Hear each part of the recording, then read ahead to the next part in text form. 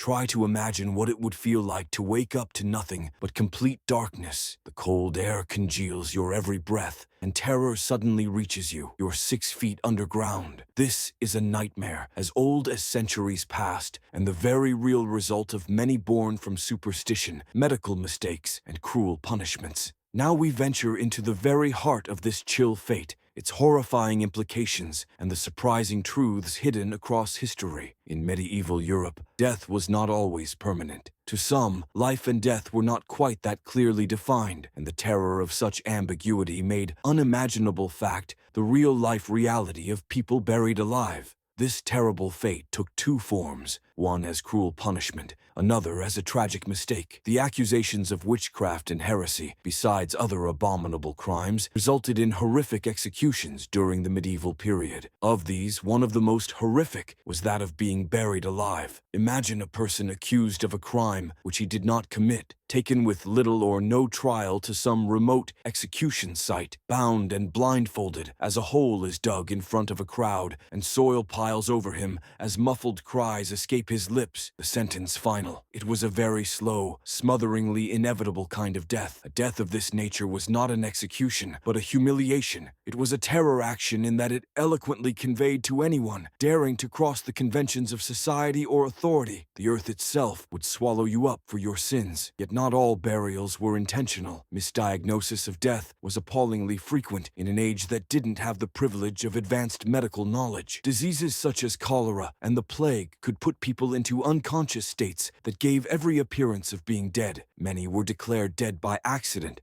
without a pulse or other overt signs of life. Just think of the terror of waking up in complete darkness, with the wood of the coffin upon one's body, at an earth-smelling odor from all sides, when conscience says nobody knows about being alive. Since there was no way out for entrapped people, that would mean they would have no supply of oxygen after having spent some hours. That would leave scratch marks from the inside of the coffin as a gruesome signature upon their fate in panic and struggle. It became so pervasive that the fear of being buried alive eventually affected cultural practices. Wakes stretched into several-day affairs just to be sure that the dead weren't stirring. They positioned bell ringers, or dead ringers, near graves, tasked with listening for any signs of life from below. The shocking truth: it is not as if the general public's fear of being buried alive was entirely unjustified. Cases of premature burial can be found throughout history, with some people surviving to recount their experiences.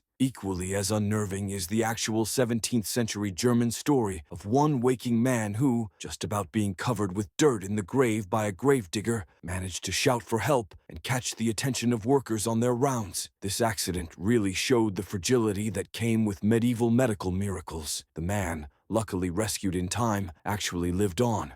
That fear lasted into the 18th and 19th centuries when so-called safety coffins were invented. The devices contained air pipes, ropes, or bells whereby the person buried could signal for help in case they were merely sleeping. Although such ingenuity may sound strange to our ears today, these highlight the paranoia that took hold for so many centuries. It is absolutely not a relic of the past, for such cases have come to light in recent times as well. In 2014, a report came out that, in Greece, a woman was heard screaming for help hours after her funeral. By that time, it was far too late by the time the grave had been opened. Events such as these serve as a rare reminder of the terror this fate endures. What can be learned from this gruesome moment in history? The fear of being buried alive has less to do with dying than it does with losing control, with being shut up, and with the unknown. It reminds us how fear shapes cultures driving innovations like safety coffins, but also fanning superstitions and cruelties.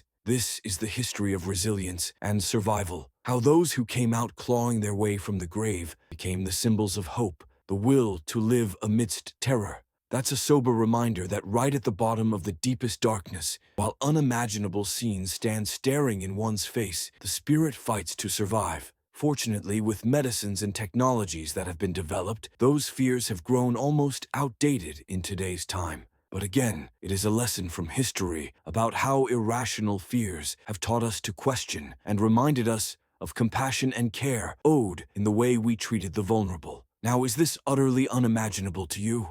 How do you believe that fear influences human behaviors to this day? I want very much to hear your response in the comments area below. If this story both shocked and enlightened you, it would mean so much to like this video, share with friends, and subscribe for more in-depth explorations into history's darker yet most captivating moments. That means everything to me. Thanks so much for watching. Stay curious, stay brave, and I'll catch you in the next one.